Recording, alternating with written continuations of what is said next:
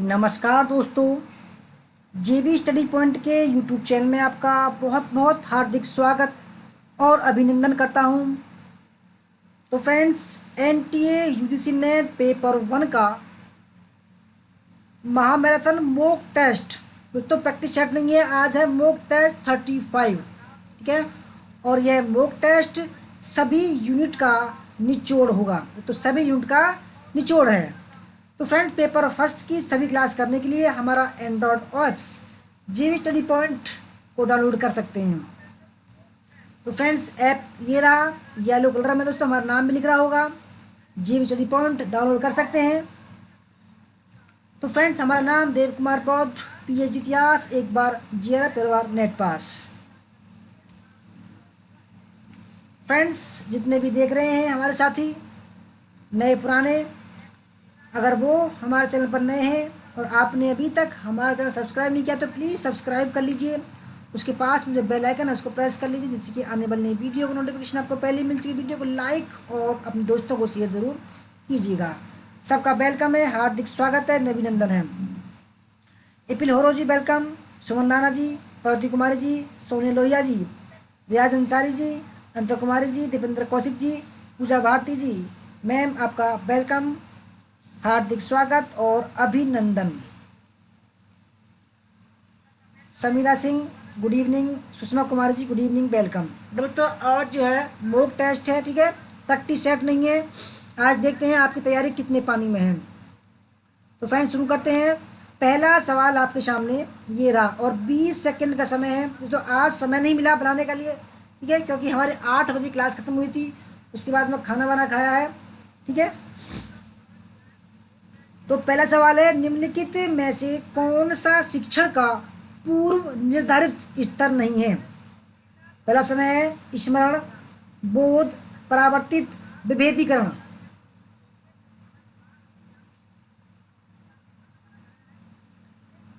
शिक्षण का तो स्तर होते हैं कुछ, ठीक है, शिक्षण के स्तर होते हैं कुछ, 3 स्तर होते हैं। शिक्षण के 3 स्तर होते हैं। जुबैदा खातून जी वेलकम, देवेंद्र कौशिक जी वेलकम आपका। शिक्षण के 3 स्तर होते हैं, इनमें से कौन सा स्तर नहीं है? ठीक है,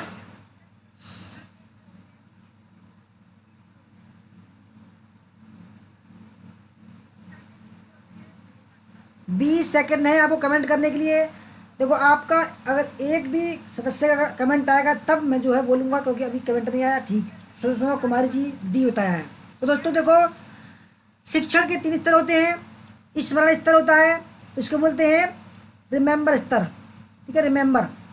दूसरा होता है बोध, अंडरस्टैंड लेवल। तीसरा परावर्तित या रिफ्लेक्ट लेवल। तो जो नहीं होता है वो है ऑप्शन नंबर डी, विभेदीकरण जो है शिक्षण स्तर नहीं होता है, ठीक है, ऑप्शन नंबर डी। दूसरा सवाल, ब्लूम के पारंपरिक वर्गीकरण विज्ञान के अनुसार संज्ञानात्मक क्षेत्र में अधिगम का उच्चतर स्तर है। पहला ऑप्शन है अनुप्रयोग, मूल्यांकन, विश्लेषण या समझ। 20 सेकंड है, आपको सोच समझ कर जवाब दीजिएगा। ब्लूम के पारंपरिक वर्गीकरण विज्ञान के अनुसार संज्ञानात्मक क्षेत्र में अधिगम का उच्चतर स्तर है। बीनू जेठी जी वेलकम आपका, सोनिया लोहिया जी वेलकम।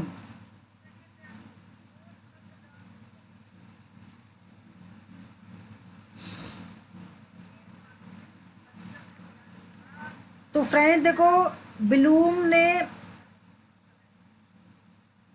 वर्गीकरण किया, ठीक है। तो दोस्तों, संज्ञानात्मक क्षेत्र में अधिगम सीखने का जो उच्चतम स्तर है दोस्तों वो है ऑप्शन नंबर बी, एवोल्यूशन या मूल्यांकन, ठीक है, मूल्यांकन दोस्तों, ठीक है, सबसे लास्ट में होता है मूल्यांकन, option number B. Saraswati ji good evening, welcome.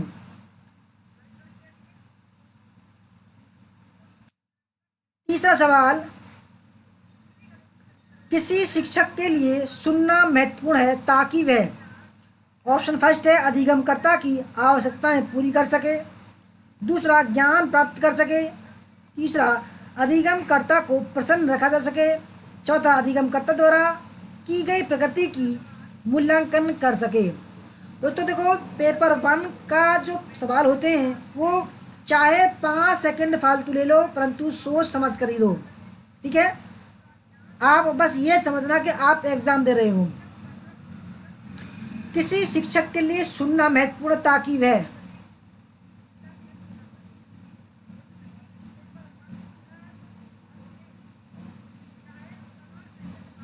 यहाँ शिक्षक है, यहाँ स्टूडेंट है। दोस्तों जब तक जो शिक्षक है बच्चों की नहीं सुनेगा तो दोस्तों क्या हो नहीं हो सकता, फिर क्या होगा, फिर दोस्तों क्या होगा, अधिगमकर्ता की आवश्यकता की पूर्ति कर सके, इसलिए महत्वपूर्ण है। यानी कि अधिगमकर्ता मतलब छात्र, छात्र की जो आवश्यकता है या कि सवाल पूछने की जो तो पूछ रहा है उसकी जो आवश्यकता है वो पूरी हो सकती है अगर सुनेगा तो ऑप्शन नंबर इसका ए ठीक है।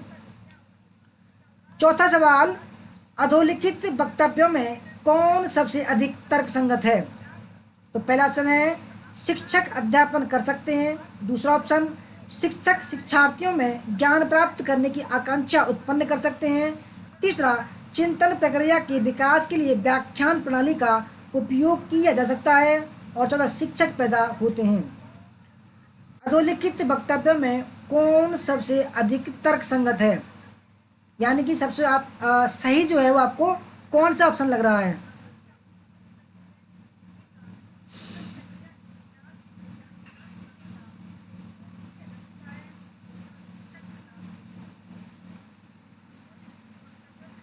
बीस सेकेंड है आपको कमेंट करने के लिए, 20 सेकेंड। तो फ्रेंड देखो, ऑप्शन नंबर बी बिल्कुल राइट है इसका। शिक्षक शिक्षार्थियों में ज्ञान प्राप्त करने की आकांक्षा, रुचि उत्पन्न कर सकते हैं, ठीक है। पांचवा सवाल, एक कक्षा में श्रव्य भाषिक शिक्षण सहायक सामग्री के प्रयोग का उद्देश्य छात्रों को निम्नलिखित में से किसके विकास में मदद करता है। पहला, वर्तनी और चिन्ह विचार कौशल, श्रवण और भाषण कौशल, पठन और लेखन कौशल, शब्दावली और व्याकरण। शिवाजी वेलकम।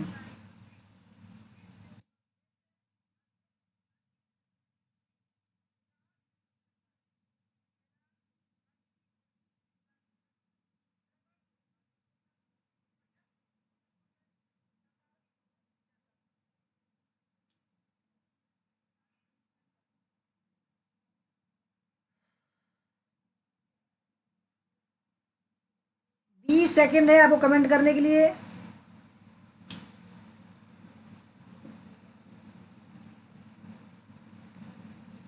तो फ्रेंड्स, पांचवें सवाल का सही आंसर है ऑप्शन नंबर बी, श्रवण और भाषण कौशल में। दोस्तों ये कई बार मैं समझा चुका हूं, ठीक है।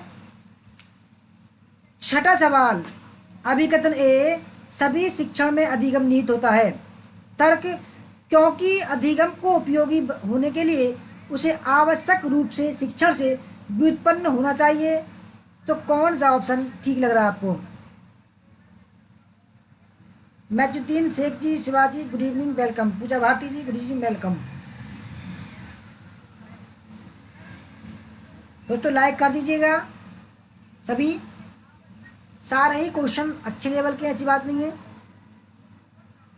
1 लाख तो बनता है। तो छठा सवाल है आपके सामने, 20 सेकंड मिल रहे हैं कमेंट करने के लिए आपको।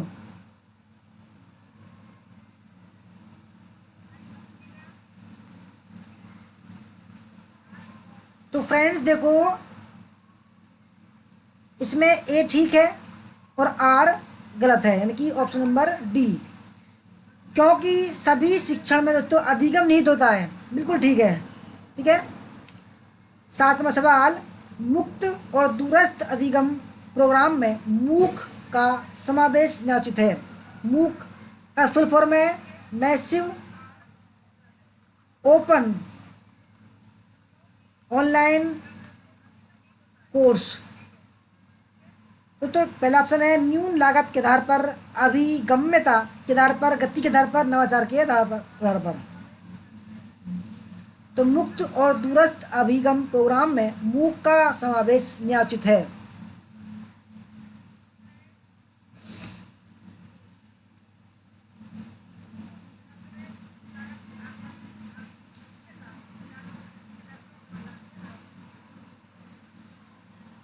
फ्रेंड्स सही आंसर है इसका अभिगम्यता के आधार पर, ऑप्शन नंबर बी। 8वां सवाल, निम्नलिखित में से क्या उच्चतर शिक्षा में अपारंपरिक अधिगम कार्यक्रम है? स्वयं, आमने सामने शिक्षण अधिगम, ट्यूटोरियल शिक्षा और सेमिनार। स्वयं, SWAYAM। इसकी फुल फॉर्म कई बार आ चुकी है, स्टडी बेब्स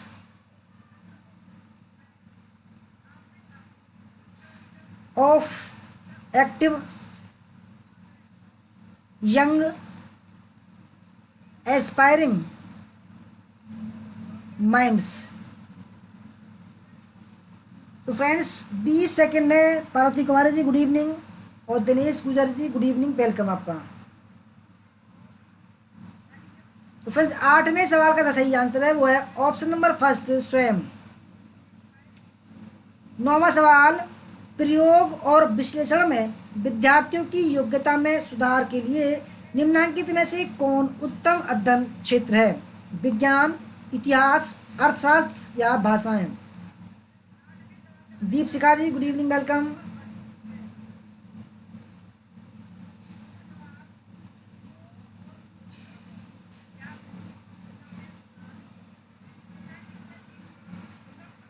मैम आप अच्छा कर रही हैं। Study base of active young aspiring, very good. दोस्तों अगर आपको भी जो है किसी की पता हुआ करे फुल फॉर्म, तो ज़रूर जो है आप लिख दिया करो, ठीक है, क्योंकि आपका कॉन्फिडेंस बढ़ेगा और आप पेपर में अच्छा करोगे। तो 9वें सवाल का जो सही आंसर तो वो है विज्ञान, ऑप्शन नंबर फर्स्ट, विज्ञान। तो इसमें उत्तम अध्ययन क्षेत्र ये प्रयोग और विश्लेषण के लिए, ठीक है। 10वां सवाल, निम्नलिखित में कौन सा विकल्प रविंद्रनाथ टैगोर के शैक्षिक दर्शन के 4 मौलिक सिद्धांतों का सही सेट है? पहला ऑप्शन है मानवतावाद, व्यवसायीकरण, शहरीकरण, हिंदूवाद। दूसरा ऑप्शन प्रकृतिवाद, मानवतावाद, अंतर्राष्ट्रीयता, आदर्शवाद। तीसरा वैश्वीकरण, स्थानीयकरण, परिवर्तन, पूंजीवाद। और चौथा समाजवाद, अध्यात्मवाद, पर्यटन और व्यावसायिकता।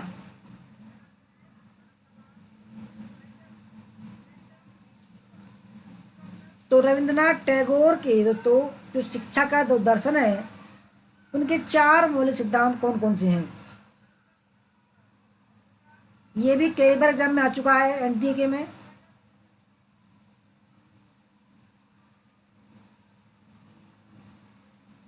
तो फ्रेंड्स 10वें सवाल का सही आंसर है option number B, Montu Prasad, very good.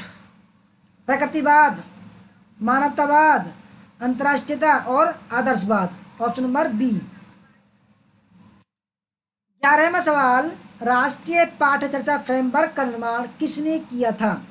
UGC, NCERT, NCT या CBSE. UGC university grant commission, NCERT दोस्तों national council education research and training, NCTE national council teacher education, CBSE CBSE central board secondary education. NCT दोस्तों NCTE, इनकी full form कई बार आ चुकी हैं, UGC, NCERT, national council teacher education. राष्ट्रीय पाठ्यचर्या फ्रेमवर्क का निर्माण किसने किया? तो फ्रेंड्स सही आंसर है option number B, NCERT national council education research and training. 12वां सवाल, निर्माणात्मक मूल्यांकन का मुख्य उद्देश्य क्या है? पहला ऑप्शन है विद्यार्थियों को अगली कक्षा में प्रोन्नत करना। दूसरा विद्यार्थियों के अधिगम को बढ़ाना। तीसरा कक्षा में सहयोग को बढ़ावा देना। और चौथा है अधिगम की कठिनाइयों को समझना।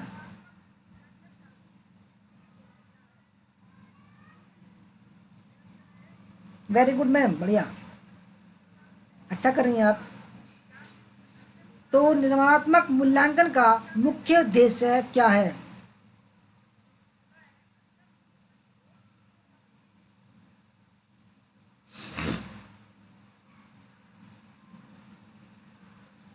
तो फ्रेंड्स 12वें सवाल का सही आंसर है, देखो उसका उद्देश्य है विद्यार्थियों को के अधिगम को बढ़ाने का प्रयास करना। ठीक है, ऑप्शन नंबर बी। 13वां सवाल, विद्यार्थियों का एकाडमिक निष्पादन किससे निर्धारित होता है? प्रज्ञा, अभिप्रेरण, शारीरिक गठन या लिंग, जेंडर।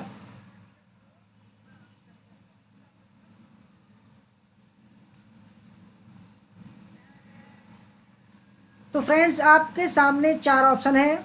विद्यार्थियों का एकाडमिक निष्पादन किससे निर्धारित होता है?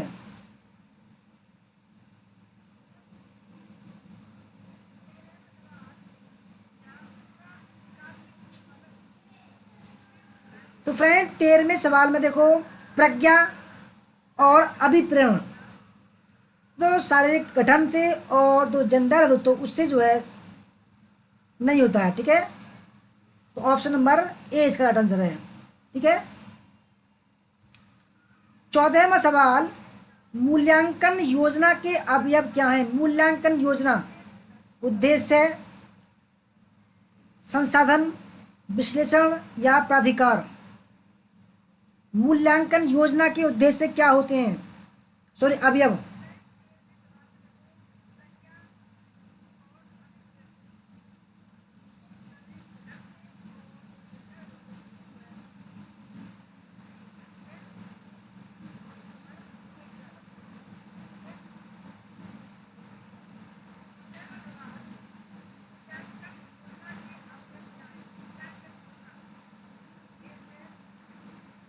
दोस्तों अगर आपको हमारा ये मॉक टेस्ट 1 या 2% अच्छा लग रहा है तो लाइक कर दीजिएगा। तो फ्रेंड्स 14वें सवाल में जो मूल्यांकन योजना के जो अवयव हैं, उद्देश्य होता है, ठीक है, संसाधन और विश्लेषण, तो प्राधिकार या मैनेजमेंट नहीं होता है। ऑप्शन नंबर डी इसका राइट आंसर है। ठीक है, ऑप्शन नंबर डी। 15वां सवाल, निम्नलिखित में से कौन सी निर्माणात्मक मूल्यांकन की विशेषता है? ऑप्शन फर्स्ट है मूल्यांकन सत्रांत पर होता है। दूसरा, मूल्यांकन कार्यक्रम तैयार करने से पहले किया जाता है। तीसरा, मूल्यांकन शिक्षण का अधिगम परिणाम संसूचित करने से संबंधित होता है। और चौथा, मूल्यांकन शिक्षण के दौरान किया जाता है। दिनेश गुजर जी, गुड इवनिंग। आपका हमने पहले ही स्वागत कर दिया था, ठीक है, फिर भी कोई बात नहीं, दोबारा आप बोल रहे हैं, हम दोबारा ही बोलेंगे। गुड इवनिंग आपका, वेलकम आपका दिनेश गुजर जी। Mohan Prasad ji, very good. प्राधिकार। तो निम्नलिखित में से कौन सी निर्माणात्मक मूल्यांकन की विशेषता है? तो फ्रेंड्स कौन सी है? मूल्यांकन जो है दोस्तों वो शिक्षण के दौरान किया जाता है। ठीक है, मूल्यांकन। 16वां सवाल, माई फैशन हाउस, गीता जी वेलकम आपका। एक शोधकर्ता अपने शोध में शून्य परिकल्पना को अस्वीकार करने में विफल रहता है। उसकी मूल शोध परिकल्पना के लिए इसके क्या निहितार्थ होंगे? पहला, शोध परिकल्पना को अस्वीकार कर लेगा। दूसरा, शोध परिकल्पना को अस्वीकार कर देगा। तीसरा, शोध परिकल्पना पर कोई निर्णय नहीं लेगा। शोध परिकल्पना में सुधार करेगा।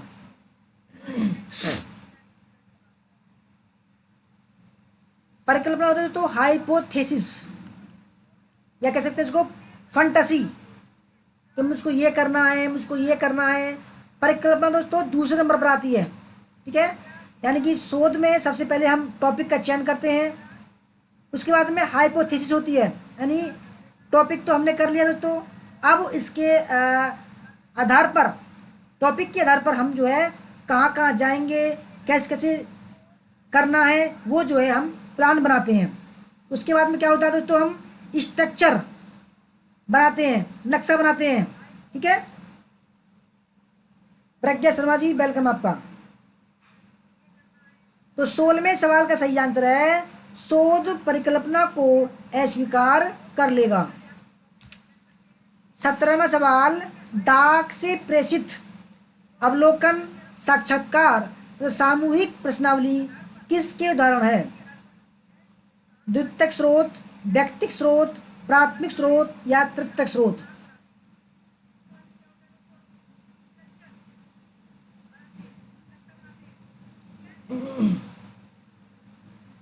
ये सवाल रिसर्च का है। तो मैं सिंपल में बता दूंगा इसको कि जब कोई शोधकर्ता, ठीक है, अगर किसी प्रोफेसर से या किसी ऐसे आदमी से जिनके पास में ज्ञान का भंडार है, ठीक है, उसके पास वो जा नहीं सकता, काफ़ी दूर है, और वो तो डाक के माध्यम से जो है कुछ कागज़ पर लिखकर सवाल पूछेगा उससे कि भाई ये सवाल मुझे आपसे चाहिए। ठीक है, तो डाक से भेजकर अवलोकन या साक्षात्कार या सामूहिक प्रश्नावली किसके उदाहरण हैं? तो फ्रेंड्स 17वें सवाल में सही आंसर है तो वो होते हैं primary data, option number first, sorry C, primary या प्राथमिक स्रोत। 18वां सवाल, प्रतिभागी प्रेक्षण निम्नांकित में किसका अंश है? दार्शनिक शोध, भाषा का मनोवादी सिद्धांत, गणितीय शोध या निर्जातीय शोध?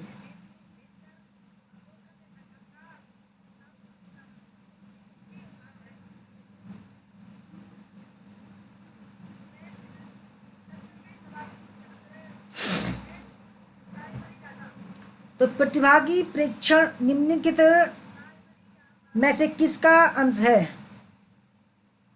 तो फ्रेंड्स 18वें सवाल का सही आंसर है निर्जातीय शोध का, निर्जातीय शोध। ऑप्शन तो मैंने जब पढ़ाया था आपको रिसर्च बताया था निर्जातीय शोध क्या होता है।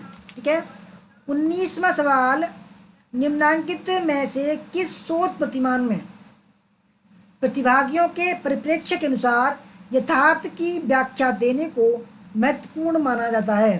प्रयोगात्मक शोध में, कार्योत्तर शोध में, नरजाति वर्णन विषयक शोध में या सर्वेक्षणात्मक शोध में? तो निम्नांकित में किस शोध प्रतिमान में प्रतिभागियों के परिप्रेक्ष्य के अनुसार यथार्थ की व्याख्या देने को महत्वपूर्ण माना जाता है?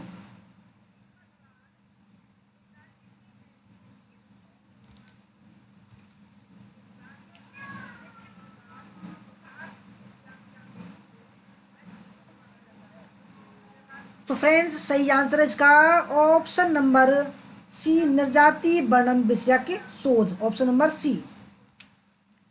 20वां सवाल, ऐसे अध्ययन को इसमें शोधकर्ता को प्रायोगिक और प्लेसिबो समूहों की पहचान की जानकारी नहीं होती, क्या कहा जाता है? ब्लाइंड, डबल ब्लाइंड, पैनल और कोहोट? भोला Kumar ji good evening welcome.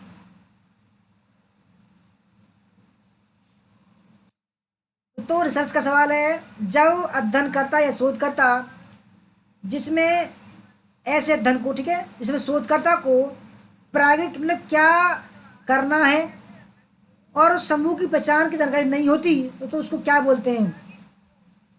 Blind माने होता है तो अंधा, तो उसको बोलते हैं डबल ब्लाइंड, यानी कि उसको क्या करना है और प्लेसिबो की पहचान तो क्या कौन कौन से समूह है उसकी पहचान नहीं होती, उसको बोलते हैं डबल ब्लाइंड। 21वां सवाल, शोध में विश्वसनीयता मापन प्रक्रिया की वह गुणवत्ता जो प्रदान करती है? पहला ऑप्शन है आवर्ती परखता और परिशुद्धता, दूसरा ऑप्शन है समनिष्ठता और परिशुद्धता, तीसरा परिशुद्धता और गति, चौथा है गति और आवर्ती परखता।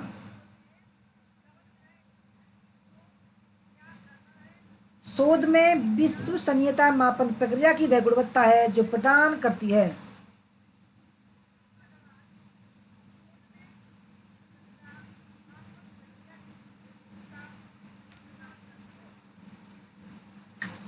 तो फ्रेंड्स सही आंसर है आवर्ती परकता और परिशुद्धता।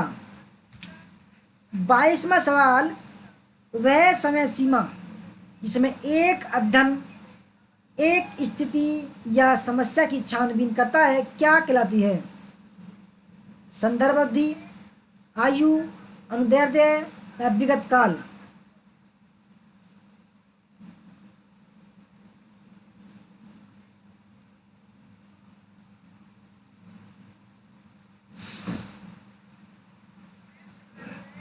वह समय सीमा जिसमें एक अध्ययन एक स्थिति या समस्या की छानबीन करता है तो वो कहती है संदर्भ अवधि। Option number first. 23 शोध को वर्गीकृत कर सकते हैं। पहला ऑप्शन है मूल, प्रायोगिक और क्रिया शोध। दूसरा संख्यात्मक और गुणात्मक शोध में, दार्शनिक, ऐतिहासिक, सर्वेक्षण और प्रायोगिक शोध में, या उपयुक्त सभी में।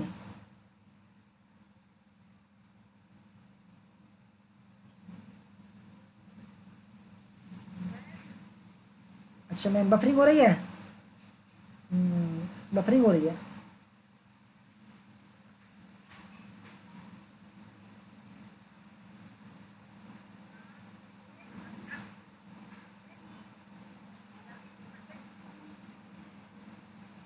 अरे यार, मत हो मत हो मत हो मत हो मत हो।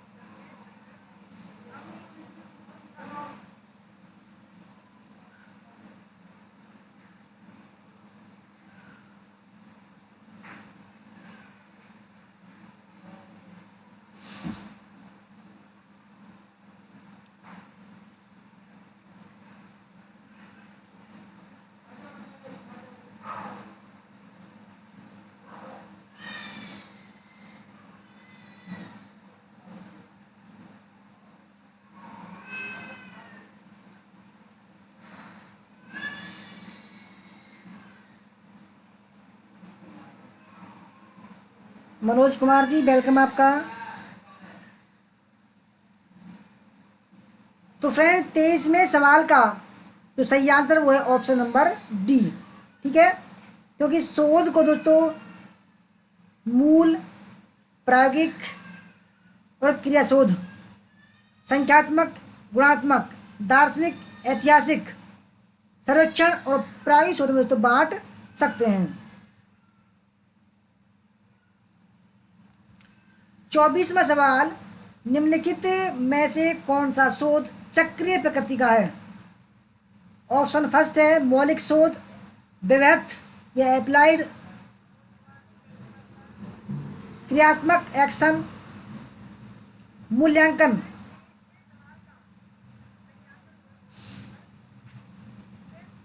निम्नलिखित में से कौन सा शोध चक्रीय प्रकृति का है?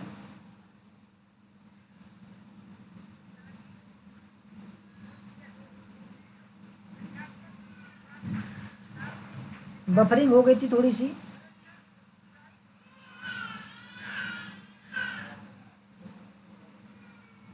तो फ्रेंड 24वें सवाल का सही आंसर है क्रियात्मक शोध जो दोस्तों वो चक्रीय प्रकृति का है। ठीक है, यानी कि जहां से हम शुरू करते हैं वहीं पर जो है आ जाता है। 25वां सवाल, मैक्स वेबर के अनुसंधान उपागम में यह समझने के लिए कि लोग प्राकृतिक विन्यास में अर्थों का बोध कैसे करते हैं की पहचान निम्नलिखित में से किस रूप में की जाती है?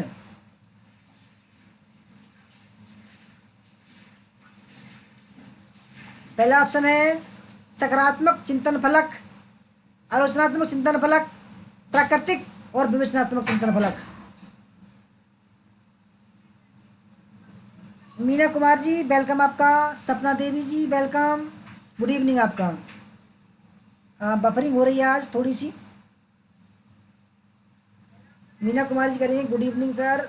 डॉक्टर के पास गई थी। कोई बात नहीं, देखो आप ठीक हो जाइए। सपना देवी जी वेलकम आपका, हार्दिक अभिनंदन करता हूँ।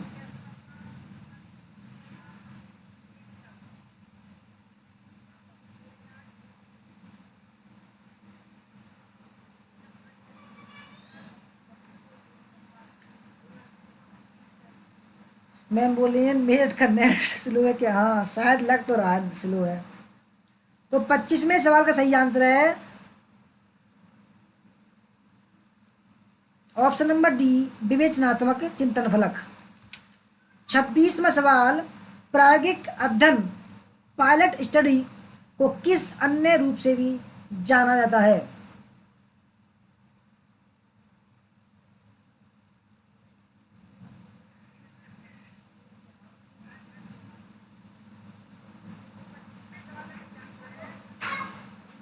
वर्णनात्मक अध्ययन, व्यवहार अध्ययन, सहसंबंधात्मक अध्ययन और व्याख्यात्मक अध्ययन।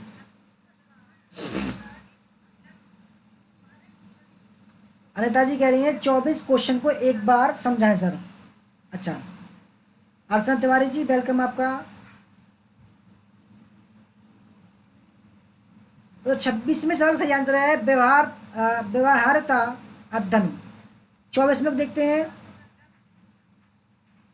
तो देखो जब मैंने शोध का जो पढ़ा था थ्योरी, शोध यानी कि ऐसा शोध जब किसी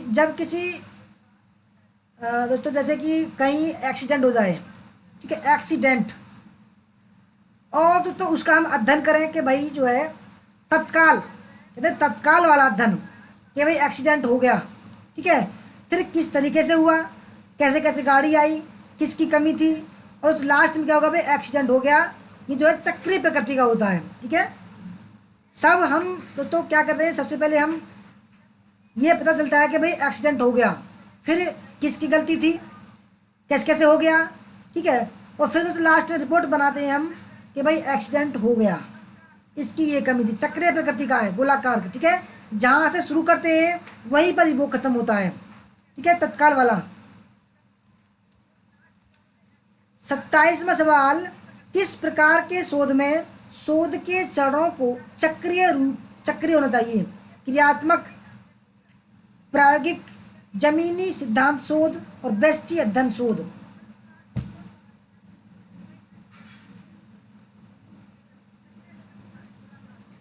संजय शाह जी वेलकम आपका, गुड इवनिंग कह रहे हैं आप। Really you are very laborious teacher in the word.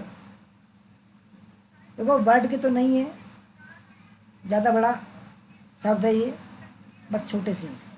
धन्यवाद आपका, फिर भी आपने हम इस लायक समझा। तो किस प्रकार के शोध में शोध के चरणों को चक्रीय होना चाहिए? दोस्तों देखो मैंने अभी बताया था, तो ऑप्शन नंबर फर्स्ट है क्रियात्मक शोध में, जिसमें तत्काल कार्य करना पड़ता है, ठीक है। 28वां सवाल, एक अध्ययन तनावपूर्ण जीवन से दिल का दौरा पड़ता है, एक अध्ययन है ये, तनावपूर्ण जीवन से दिल का दौरा पड़ता है, तो किसमें श्रेणीबद्ध किया जा सकता है? विवरणात्मक शोध में, व्याख्यात्मक शोध में, सहसंबंधात्मक शोध में या साध्यता शोध में?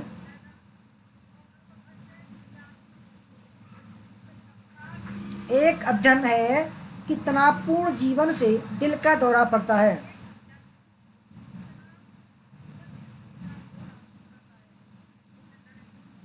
रसू जी कह रही हैं आप होनेस्ट हो सर।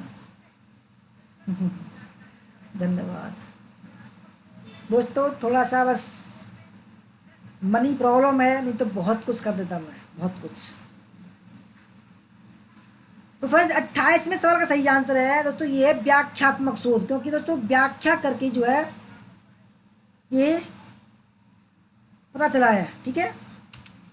29, किस प्रकार के गुणात्मक शोध अभिकल्प में लोगों के जीवन का वर्णन करने के लिए व्यक्तिगत कहानियों की तलाश की जाती है? नृजाति विज्ञान आधारित सिद्धांत शोध, प्रतीकात्मक अंतक्रिया और वृत्तांत का शोध, ठीक है।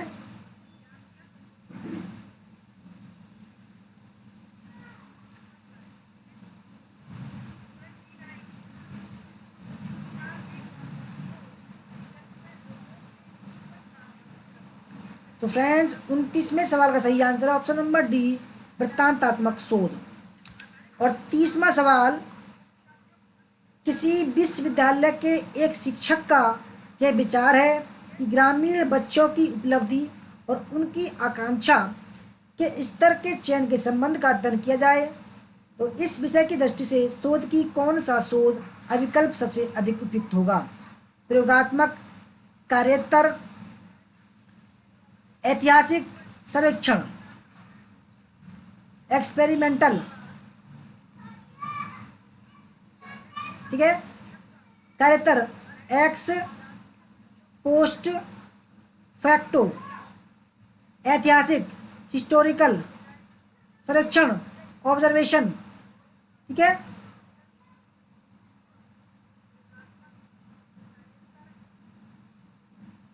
तो फ्रेंड 30वें सवाल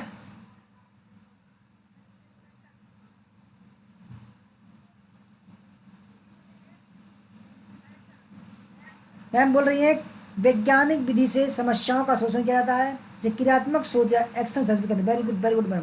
तो फ्रेंड्स 30वें सवाल का सही आंसर है ऑप्शन नंबर बी, कार्योत्तर। कार्योत्तर यानी क्या? X post facto method. दोस्तों ये थी हमारे आज की क्लास। आपको कैसी लगी ईमानदारी से बताना। अच्छी लगी तो लाइक करना दोस्तों, अपने दोस्तों को शेयर करना, और कितने आपके ठीक हुए 30 में से, और कमेंट ज़रूर करना कि क्या हम सुधार कर सकते हैं। ठीक है, और तो अपना जो कीमती कमेंट ज़रूर देना। ठीक है, कैसी लगी क्लास? धन्यवाद दोस्तों क्लास करने के लिए। मिलते हैं कल। जय हिंद, जय भारत, वंदे मातरम।